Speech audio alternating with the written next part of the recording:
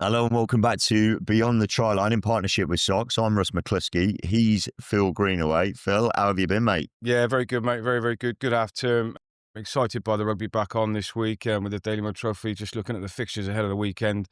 Again, it looks like an absolute banger with loads of local derbies, and it's going to be a great week of rugby. So, no, all good, mate, and enjoyed our 18 holes at Leatherhead Golf Course yesterday.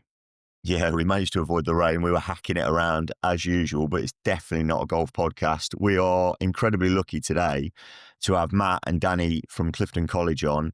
Gents, thanks so much for coming on this morning. We're recording on a Wednesday morning, your first week back. We've just had a quick chat about being back to school after the 2-week October half-term break. But how has it been? How was last half-term for you? Yeah, thanks for having us, guys. Absolute pleasure. Half term is where it needed to be for us. Tough fixtures in the build up to half term, and I think it was we had last game against Tommy Rich on the Thursday before we broke up against a really good side that were sort of unbeaten and leading the table. So we managed to pull one there, which was good and good confidence for the boys. But it's been tough in terms of the fixture list is hard. That's what we want for the boys. But by the time half term came, it was needed. And I think we looked at the boys' first day back or first session back yesterday, and we look in slightly better shape than we did building into the end of half term, which is what you want, really. You want to test the boys. You want them to go into half term feeling like they've worked hard, and they certainly did. And now they're coming back with a fresh focus, which is nice. And then Danny, Matt and Danny, that fixture list that you guys put together for those boys, how difficult is it to construct such a competitive, fixture calendar for those boys and really make sure they're tested, on a week-to-week basis? Yeah, I mean, to be fair, it's Matt. To Matt's credit, he's put that fixture list together. It's taken a while to get it where we want it, but I think the simple principle is we want the boys to be challenged on every fixture. So there's no game on our list that we think comfortably we're going to win this. It's more likely we're very nervous that this is going to be a real challenge for our boys. Last year we had a fantastic year, fantastic group, and we got lucky on some of those tight games. It's been a bit more challenging this year. But that's the exciting bit about the program. The boys are going to real value their successes, value the wins, because they're going to work hard for them. And you've got to be brave enough to sort of accept sometimes you're going to be on the wrong end of it. And that's it. The important bit for our boys is that they really do value the victories when they come. Yeah, and I mean, the only time I met you two was a couple of years ago, under 15 game, and it was a semi-final, and it was an absolute belter, wasn't it? And what struck me was we shook hands after the game, and you said straight away, look, what are you doing next year? Can we get a game together? Can we just get these two sides together? Can we challenge them appropriately? Because we knew that we couldn't take you on in a block when I was at Kings, no chance. But certainly those teams could have had a couple of good games down the line. But if we dive into it then, and you've just mentioned it, Tommy Ritchie's, and we've referenced them week after week because they've just gone on that amazing run, and we knew they were a good cohort. But 28-22, I mean, what was that game like? It sounded like an absolute banger. Yeah, I think it was. I think it's as I said, it was more about the boys' character than anything we could put together. We had to move a hooker into the centre, and as we all know, when you've got 3 games going on at senior, you literally sort of 1 or 2 on the bench, and your options are limited, and everyone's playing because that's what you want. But for both teams, the first and seconds, who won by almost exactly the same margin, just being able to find something to get them through was probably more than any kind of coaching that we'd done or any structural stuff. It was they always bring a dogged game against us, and this year with obviously a quality side, it was going to prove really tough for us, and I think they made it that way. And for us, the boys coming good just set us up going into half term with a boost of confidence after what had been a tough 6 weeks really. And as you say, these sort of fixtures, it's always hard to nail down the perfect, and there never is the perfect block. So sometimes it's a conundrum really of the block fixture creates ease of transport, ease of other things, loads of other things. But then it does create some mismatches across the scores. Sometimes is finding one-off fixtures where you challenge, and you said, as you said, Russ, you had a really talented year group there, and then sometimes your fixture card as a school doesn't necessarily match that year group. So do you then take that year group on a different journey? But then your B team might be playing an A team, and then they end up on the rough side of things. So trying to juggle it all in a different kind of landscape than probably 10 years ago is tricky. But I think we're all trying to do We all want the kids to be challenged. That's the main thing, and challenged in the right way. And I think rugby's really, really good at that and very proactive in seeking those correct challenges for the pupils. Brilliant. And you mentioned that challenge there, and you mentioned the week to week, and you mentioned that they found something in that game. And I'm sure you guys, fantastic with the tactical stuff that you put into the boys each week. But what does a week look like for those lads at Clifton College? What does a week look like in terms of technical, in terms of S&C analysis? How do you build that whole program, to ensure you're getting the best out of those pupils? Yeah, okay. We've got the groups probably split a little bit. We've got a performance sport group, so typically those sports scholars, so they will get extra opportunities for sessions through the week. So typically for them on a Monday, they'll have a skills session, okay, and then a weight session on that Monday afternoon. They'll have another weights opportunity on a Wednesday, and then the whole school sport will run on the Tuesday and the Thursday, and then the captain has a decision on a run he does on the Friday, and it could be a meeting, it could be a walkthrough, it could be a light jog through, but that's down to the captain, and he'll take control of that. So, the boys will get sessions throughout that week. We've also got a good group of boys that were involved with academies, whether that's with Gloucester, with Bristol. And we had boys in with Northampton and further afield previously. And some of those boys will have some training commitments there, but we manage that to make sure the boys are busy, but at the same time not overstretched. There's a lot of academics still to get done, and it's keeping them in check really. So it's a good training week for them, and possibly for us. I think we saw the success in the Daily Mail last year is based on I think we had 42 players play in those games, and that's the reality for us. It's not about 15 players. It's not about one or two individuals. It is about the squad and the training we get on the Tuesday, Thursday, the intensity, and it's the intensity that's set by the boys chasing to get those positions. They set the tone for how successful the group's going to be, how successful the session is. And that's the pleasing thing for us. We want 40-odd boys pushing for places. We've got two very competitive teams in that seniors. There's a third and fourth team that run, and the mindset is slightly different there. They're not necessarily interested in running the extra sessions, but we'll cater for both groups. And that depth, Danny, is absolutely mouthwatering, isn't it? There'll be people listening to this, directors will be going 40 lads who can go hammer and nail, proper bone on bone. I'd imagine some of those training sessions is unbelievable. And I think we've worked in environments where you have to take the first team away, you have to take those top 20 away, because actually the twos and threes potentially might bring down the standard. But equally, if you've got that wider group, that's immense. I just want to touch on the point there you said about the two S&C sessions. How important has that been to integrate that into your week and find the time for that for the lads? Yeah, modern world, of sport, these boys want their physical development. I think you can have those early morning, sort of late end of the day slots. But I think sometimes you've got these boys that are ambitious, that want to be doing the best they can. And it's about facilitating that, and whether that's with putting on the extra meals for them, making sure we facilitate the recovery side, and making sure that there is reasonable time put in the schedule for them. We can't expect them to be pulling out good academic results if we're not giving them time for it. And then if they're squeezing gym sessions when they should be sleeping, they should be doing prep, we're not going to get the best out of them. So it's, we're lucky, we're well supported by the senior management, and it means the schedule, it's a busy schedule for these boys, but we get the balance right, and we do give them the appropriate time for the full program. And hopefully, we'll have, one or two boys that will push for contracts, but more importantly for us, it's 39 other boys that crack on, whether it's university or they going back to clubs. We've had some brilliant stories, boys going off, travelling, joining the local rugby club out in Australia, out in Sydney, and loving life.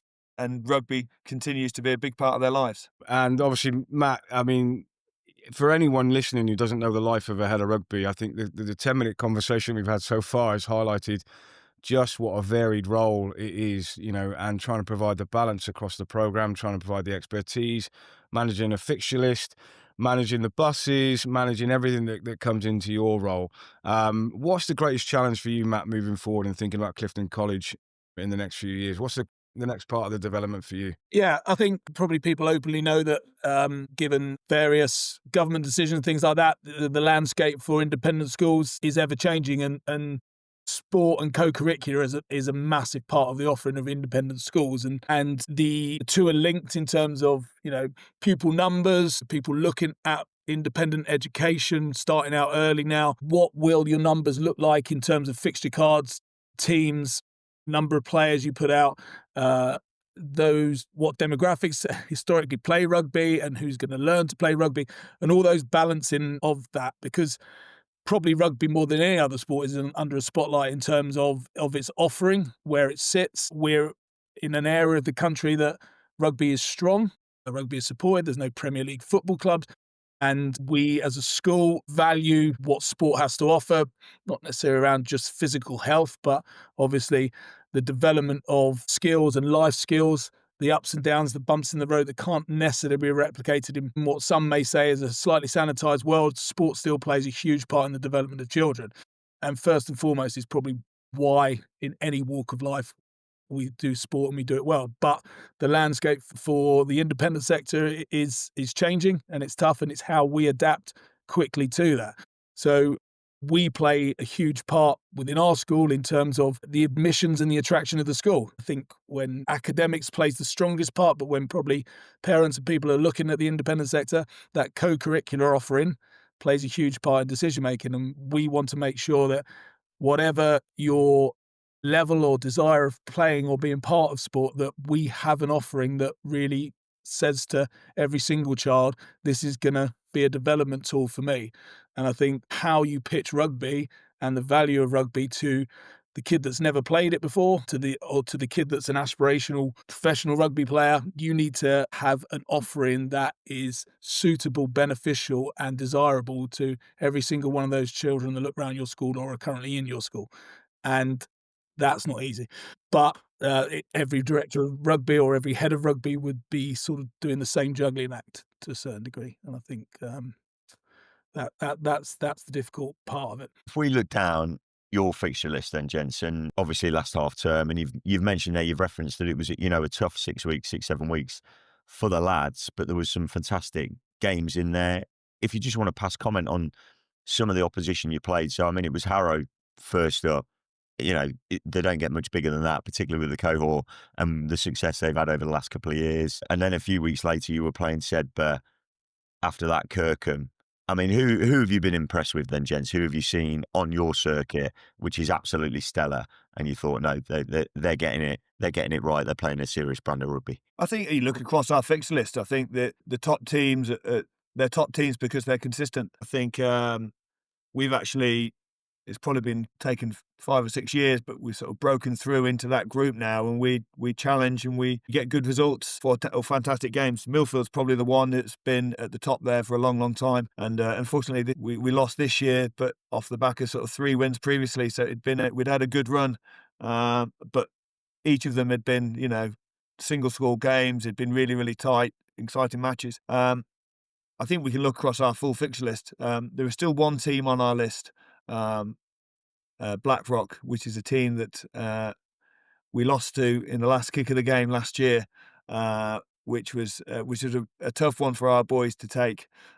But you know, I think they've set the standard, certainly for us, over the last couple of years. And so that's the one team that the boys will continue to chase, and we're off to Dublin this year. But if we look at the sort of local sides, you know, we got Wellington this weekend. I think it's a real pleasure to go up to Sedbergh, play Millfield. They're fantastic coaches. The consistency of performance you see from these teams every year is incredibly high, and that's what we look forward to. We know, and our boys know, there's a huge challenge ahead for them then, and Saturday, I've no doubt, will be no different. Danny, I love that, and I think it's so important, isn't it, as you said, to test the boys. And I just wondered about, you know, the rivalries that start to develop after years of playing these fixtures, and who would you consider to be the sort of your biggest rivals? And alongside that, you know, how much do you guys talk to the boys about winning and how important winning is to as part of your program? It's something that's been discussed by directors of sport and everybody for a long time, that, you know, sport is about the enjoyment, taking part. I've got a feeling that at first team level, we should absolutely be talking about winning in the moments that help the boys win those games and potentially come out the other side. Yeah, I think it's interesting, is it? Because you can look across the whole fixture card, and we sort of try and operate at sort of winning more than we're losing. Yeah, because that's ultimately, and in a couple of years we hit that great number of sort of 66%, wins, losses, and all those kind of things, and suddenly you think, I'm getting this right, and then the following year it drops the other way, and you can never quite tell. I think for me, you want to see that improvement of the group. And the improvement of the group is maybe your year nines go out and those results are not in your favour. And then the value starts to build and add. And I think by year 11, the gap's either closed or you're winning those games or all those kind of things. And I think it's a very easy way to judge value added, which I think is fundamentally important to what you do. And I think time spent doing then equals outcome and results. It's great for the kids to learn that you put in the effort and results start to change your way. And that's not always classed as winning, but it's a closing of a gap or a closing of performance that they feel that they have gone from either some games when it comes to me, but the games that the margins have been, not in their favour have then closed and gone the other way. I think we've had those point swings over the years, which I think is really important for kids to realise that the effort and time that they put in, the wet days, the horrible days, the evenings, the training, the gym sessions, those kind of things, when you do work hard, the performance gets better. And ultimately, as you say, kids tangibly look at wins. They do, no matter how much we steer them away. They like scoring tries, they like winning, they like having success, and we should acknowledge that and reward that. And I think that's what the fixture card does to a certain degree, is gives those opportunities. And also to repeat performances. So we go away to Sedbergh, we get that result that doesn't go in our favour, then they've got to come all the way down here. And it's a brilliant opportunity to see where you've gone in a year, see how far you've moved on, see which players have grown, see which ones haven't. They always talk about the massive kid in year 9 that's not so massive by year 11 that they suddenly can tackle. And that's the growing and learning of sport that we absolutely love. Life does change. It certainly changes on the sports field. And for boys to know that it's not just doom and gloom because they're 14 years old and they got beaten by a heavy margin, that by the time they're year 12, 13, these things start to the gap gets smaller and we get more competitive. And I think those are the wonderful journeys that the kids go on. And those rivalries now, as you say, going up to, we play Sedbergh on a Sunday morning up there. And for some reason, it seems to always be sunny in the middle of September. They assured me that it'd rained for 3 weeks prior to us being up there. But the getting on a bus, the going, the overnight, the getting up in the morning, the playing at 11 o'clock, the parents that have stayed the night before and come down to watch the game, and all those wonderful things that we talk about school sport and why it's so powerful and so brilliant, just encapsulated in that weekend. And yes, the result didn't go our way and all those kind of things, but you stand on the sideline, you look at the setting, you look at the scenery, you look at the passion in the kids, you look at the rivalry, the years they've played each other, and the parents on the sideline, and you just stand back and go, this is a great time in these kids' lives. And we always say to them, they're always looking 2 years forward. What's next? What's next? We're always trying to look backwards because of our age. And we say to them, just remember these days because they are great, and they are wonderful. And the result is the result, but the occasion and the experience for the boys is just something that's great and unique, I think. It's just the best, isn't it? Listening to you now, Matt, actually, I do miss it. We miss it dearly. Phil and I talk about it all the time. We spoke about it on the golf course yesterday. Don't get me wrong. It was nice hacking a ball around, but we do miss being involved in that environment. And like you say, I think schoolboy rugby, particularly at that first 15 level, and what we're seeing now in some of the games and some of the contests, it's almost like the purest version of the game, isn't it? The skill level, the physicality. It is fantastic. You've referenced earlier in the pod and before we hit record about how a lot of your lads have been away with academies. What's your relationship like with the academies? Do you like to keep them close? Do you like to monitor what's going on? I suspect because you've both played at the highest level, I suspect you've got a good in with them. Yeah, I think, and I'll let Danny in his role a little bit chat a bit more, but I think when you put the sort of experience of the kids at the forefront, then I think the academies and the schools are both aligned. We work closely with lots of academies. We work with Gloucester. We work with Bristol, obviously. And both of those academy managers have been involved in schools. And that gives such a broad picture of what they're like. They're both got kids involved in schools and all sorts of things like that. And I think having a wider lens just shows they understand the pressures that the kids are under, as well as, all the rugby side of things. And I think the balance and it's all about relationships. I think when you get those relationships right and good people prioritizing the experience of the child and the development of the child, then tend to, run smoothly. I think that's the way I think it's all based around relationships. But Danny's obviously involved in both camps and gets a really good snapshot of it. Yes, so part of my role is with the Bristol Bears Academy, and that's facilitating the boys as far as getting to training, making sure we've got the food there for them, and managing their workload. Really, I think you guys will know that the schedule for the independent schoolboy is busy. Especially the boys that are looking to play representative sport. Okay, they're pulled in lots of different directions, and the key bit at Clifton is that the boys are not pulled between academy and college. Okay, so we manage their schedule, so the training load, they're not doubling up, they're not spending hours travelling between training venues.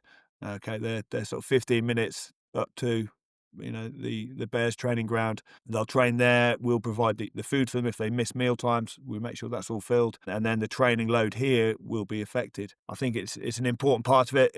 The more people we see in the academies that understand the schools program, the better those relationships get. What we know is all the boys will be at school and they've got their opportunities at school sport. There'll be a smaller number involved with the academies, and it's making sure that actually in a late development sport, the engagement for all the boys involved in the school rugby is a real priority.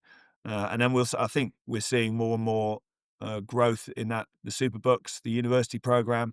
I think there we're seeing lots of very talented young men coming through the program there, where physically they're starting to reach their peak. When they're getting 21, 22, and that's probably a closer average age to boys playing in the Prem as opposed to at 18 years old.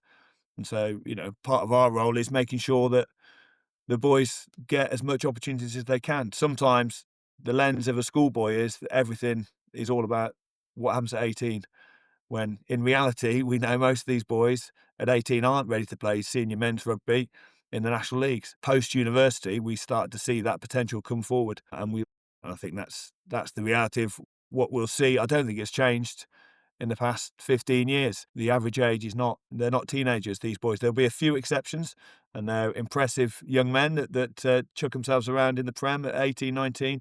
But I think we'll see a lot more of that average age, more closer towards the mid-20s. And then obviously, those links with the Premiership clubs are vital. Bristol's a rugby heartland. You mentioned it earlier, Matt. The city, the rugby community around that, the community that's developed through, a Saturday where you're up at Sedbergh and you've got the parents in the school.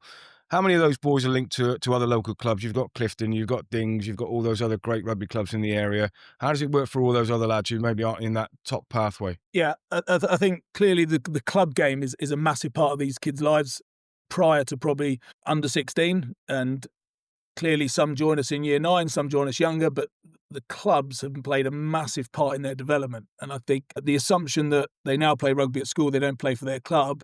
I know there's a load issue and Saturdays and Sundays and all those kind of issues that we've probably faced as masters in charge of rugby.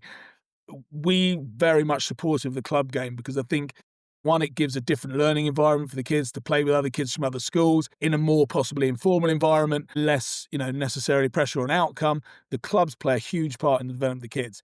It becomes more difficult as they get older, as we've all seen. You move into GCSE years and all those elements, it becomes more and more difficult. I work with Clifton Rugby Club quite closely. What's really pleasurable is to see those boys leave school and then come into the senior men's environment in a club. For 99% of kids, that's what you want. You want them to move into that senior men's environment. If they're taking a gap year and they're staying around, they come and join the local rugby club. They come and play at that level.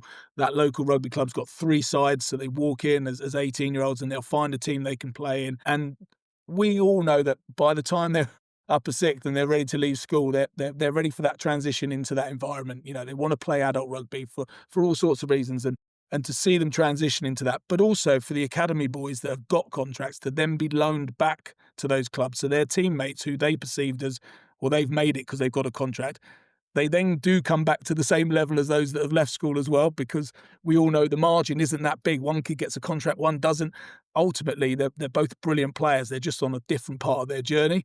And then to see them rejoin a National 1 club or a National 2 club, one may be playing first team, one may be playing second team, that's the great experience of rugby, that it brings and unites them back together, in an environment that is really nice to see. And I think we need to we probably need to value and acknowledge how large the club game plays a part in, especially children outside of the independent sector as well. That we need to be very, very mindful and supportive of that club environment, because it brings a lot of rugby and it brings a lot of post-education rugby to children and adults. So I think we value it quite a lot. Love that. Absolutely love that. It just underpins it, doesn't it? It's foundation of it all, really. Phil, just looking ahead to the weekend, obviously we've got Matt and Danny on. Clifton, Wellington, mega fixture coming up. But we were just talking before the call, a few others. We've got Kingshurst, Pitt Point. You got a few more there, mate, haven't you? Cheltenham, Millfield. Yeah, it's another weekend just full of absolute crackers across the board, isn't it? Marlborough versus Sherborne. There's just loads of great fixtures. And I think, just to reference what Matt and Danny have sort of alluded to and the environment that they're trying to create, I think, part of the opportunity to run this podcast is to celebrate all the good stuff that is happening every Saturday across all the programmes. As I said, you look down that Daily Mail Trophy fixture list, and there are just great games taught by with masters in charge who are doing a great job at really accelerating the journey for these pupils. So another exciting weekend. We would be wrong not to reference last weekend's Northampton School for Boys versus Sedbergh, with Sedbergh just coming away from that one with a really tight win. Thoughts on that one, Matt?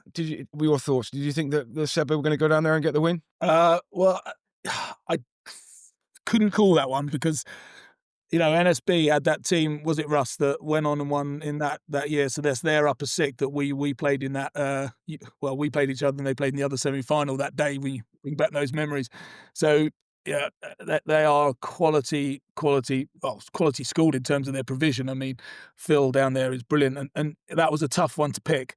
But I think it shows that the competition is tough. When we lost to Sedbergh, and then we played Kirk and beat them, and then Kirk went on and beat Sedbergh. So, those are the kind of, you can never quite pick those top games which way it's going to go. And I think, that is a fantastic win for them. As, they come off the back of, I think, playing Blackrock and then lost at home. That sort of shows where Blackrock are, and all those kind of things. You start to sort of pick.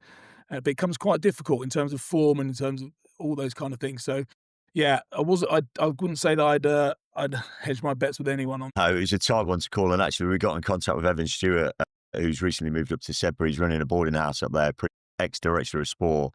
And he was actually very gracious towards NSB and said, phenomenal from them. I think they had 5, maybe 6 lads out on international duty. And that's another thing these top teams and top schools have to deal with. 5 lads in England camp, 1 lad with Italy.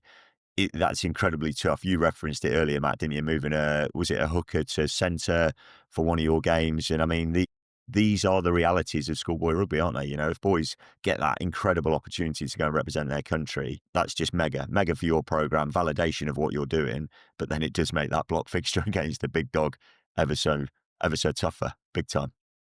Yeah, it does. Yeah, as I say, great acknowledgement. We've had it in a few years where camps have clashed or we've time limited and all those kind of things that right and appropriate for them. The difficult thing becomes when you get to late December or early December and you've agreed to put 4 sides out or 3 sides, and then you look down the list and right, okay, that's 4 sets of 15. We've got 61 players. That's great, right? So so suddenly your bench looks small, everything else looks small. Schools are so good at cooperating nowadays. If okay, let's get a team out. Let's play 12 versus 12. Don't worry too much about these kind of things. We'll manage the whole thing. It's about boys getting out there, getting on the field, playing sport with their mates, and it will facilitate a way of it happening and facilitate a game that is, challenging for both sides. And I think everyone in our environment is so cooperative with each other and helpful that I think, it just creates a great atmosphere. I love it. Matt, Danny, when I met you a couple of years ago, like I said, that semi-final, I just went away from it going 2 of the absolute best. And in many ways, I wish that we were a school in your area so that we could have played more down the line. But thank you so much for coming on today. It's been amazing listening to you and talking to you about it. We love school rugby. Everybody who listens to this podcast loves it as well. So yeah, we really do appreciate it. Thanks very much. Absolute pleasure. Thanks for that. Nice to see you guys. But before we let you go, who's going to win this weekend, Wellington or Clifton? I think our boys will have taken a huge boost for our boys to beat Sir Tommy Ritchie's after they'd been unbeaten that year so far this season. Our boys were sort of up against it. As Matt said, a few positional changes. And sometimes it's not about the pretty things. It is about finding a way to win. And we're comfortable to go to each of our games and say, right, we're here to win it. That's what the focus is for the boys. I think that the kind of brave thing for the good programs is you've got to be comfortable to accept sometimes you're going to lose games. And that's what our fixture list is. But I'll be confident. And the boys will have taken the resolve, the benefits from that, from the last win of the first half of term, and we're in for another good day at Wellington. We actually had one of our younger coaches was reminiscing about the first time we beat Wellington. It was actually Sam Worsley kicked the penalty. Was it kicked the drop goal in the kind of last play of the game. He's obviously now playing with Bristol first team. He's in the Prem doing fantastic stuff, and it's an incredibly strong memory for one of our young coaches who's back here still playing rugby, but also helping coach these boys. So he sort of motivated the boys with his little story on the first time we beat Wellington, and then hopefully we'll get another victory Saturday. That's great. That's the longest answer to say yes. We think we're going to win. I love it. I think that's what Danny was trying to say. Yeah. Well, listen, that's great to hear, and we wish you all the very best of luck for Saturday and for the rest of the season, guys. And as Russ said, thanks for being so generous with your time. This weekend, Russ and I will be down at Bristol Grammar School to do the first SOCS TV live stream and commentary from Bristol's Grammar School versus Collegiate. So we'll look forward to being down there and in Bristol on Saturday, which should be a great fixture, and two schools that you'll know pretty well from your roles. I also know that having watched you two play and coached and played with you, Matt, with Gloucester, I know that those boys will be absolutely firing up for this weekend against Wellington, and the competitive edges that you two definitely had when you were playing will come out this weekend.